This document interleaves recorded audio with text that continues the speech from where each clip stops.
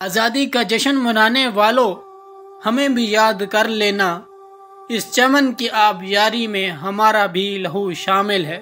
اس کی آزادی کی قیمت ہم نے اپنے اپنے لہو سے ادا کی ہے۔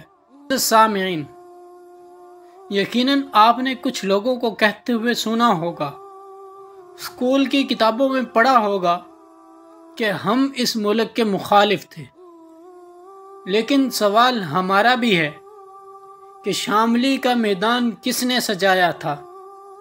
آزادی آزادی کرتے پانی پت کے میدانوں میں تڑپتی لاشیں کن کی تھیں؟ انگریزی سامراج کے سامنے علم بغاوت کس نے بلند کیا؟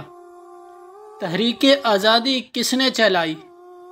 انگریزی تسلط کے خلاف جہاد کا فتویٰ دینے والے لوگ کون تھے؟ تحریک آزادی کے جرم میں درختوں پر لٹکی لاشیں کن کی تھیں؟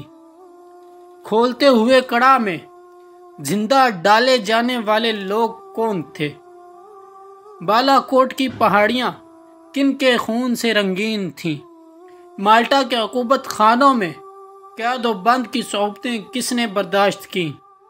تحریک ریشمی رومال چلانے والے کون تھے؟ کیا آپ کو اسکول کی کتابوں میں یہ پڑھایا اور بتایا گیا؟ ہرگز نہیں۔ حقیقت تو یہ ہے کہ شاملی کے میدان، ہمارے خون سے رنگین بالا کوٹ کی پہاڑیاں ہماری جد و جہد آزادی کی داستانیں سنائیں گی۔ اس لیے یاد رکھنا، ہماری تاریخ وہ نہیں جو آپ کو پڑھائی یا بتائی جاتی ہے، بلکہ ہماری تاریخ تو وہ ہے جو آپ سے چھپائی جاتی ہے۔